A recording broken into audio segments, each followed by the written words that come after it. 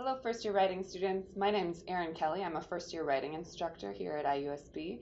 And we've created this sort of series of videos to walk you through some of the sections of the handbook, especially particularly tricky sections.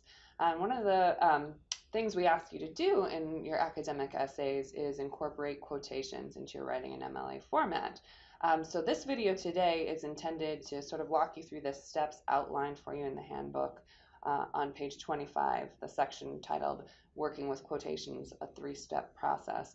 This presentation walks you through some of that information and just sort of gives you a different way to think about the information.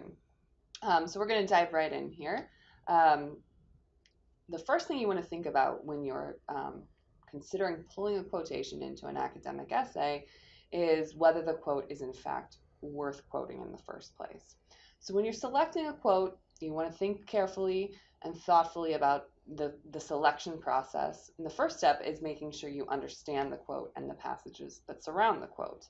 If there's an area that's sort of murky, you're not clear what a word means, make sure you examine the language in the quotation, look up any words that you're not absolutely confident you know the meaning of, because one of the most vital things you want to make sure you do when you pull a quote into your own writing is to avoid misinterpreting the quote or misconstruing what the author means. And then you want to ask yourself why the quote's useful to you. Why is it important to your argument? How does it support your thesis or what you're arguing for? Some more tangible ways to think about selecting quotes. You know you have a good quote or a good reason to select a quote if the quote defines a key term. So likely your teacher's already talked to you a little bit about key terms, but key terms are sort of like themes, the big ideas that the author really wants you to wrap your head around in a piece of writing. So if a quote is defining one of those key terms or key concepts, a theme in the essay you've read, then you know you've got a good quote. Other reasons to select a quote might be if the quote provides a compelling example. So the author's telling you a story and you're sort of setting the scene, giving your reader a sense of what's happening in that story, but maybe there's a particular sentence that really just says something really important about that example. Maybe if the quote is particularly eloquent, the author says something that you just find inspiring and you are confident that it supports your argument, you might want to pull a quote like that into your essay. Again, if the quote's working with your thesis, it's supporting your argument, that's something you're always considering when you think about the quote selection process.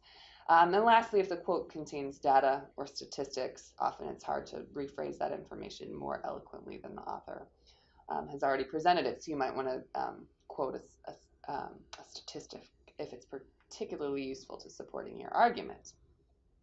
Once you're confident you've selected a quote that's going to help you to forward the argument in your essay, know what the quote means, you can move on to the framing of the quote, which involves basically 3 steps. And I'm going to go over sort of the nitty-gritty of those steps, the practical things you have to keep in mind, and then I'm going to provide you with some examples. So if you feel overwhelmed at some point when I'm telling you all these details you have to incorporate into your quote work, don't worry, I'm going to slow down and provide some examples in the end.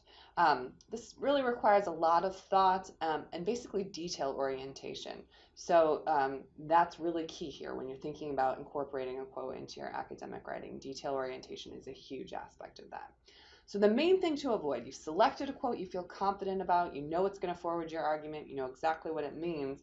You don't just want to plop that quote into your essay with quotation marks around it and nothing else. Every quote needs a framework. So you know you've got a problem if you begin or end a paragraph with a quote. That should never happen because you know you're missing the framework. So all quotes need to be framed using the 3 I's. That's what we call them in first year writing classes anyway. First, you're going to introduce the quote, then you're going to integrate the quote, and lastly, you'll interpret the quote. And I'm going to talk about what those steps mean here.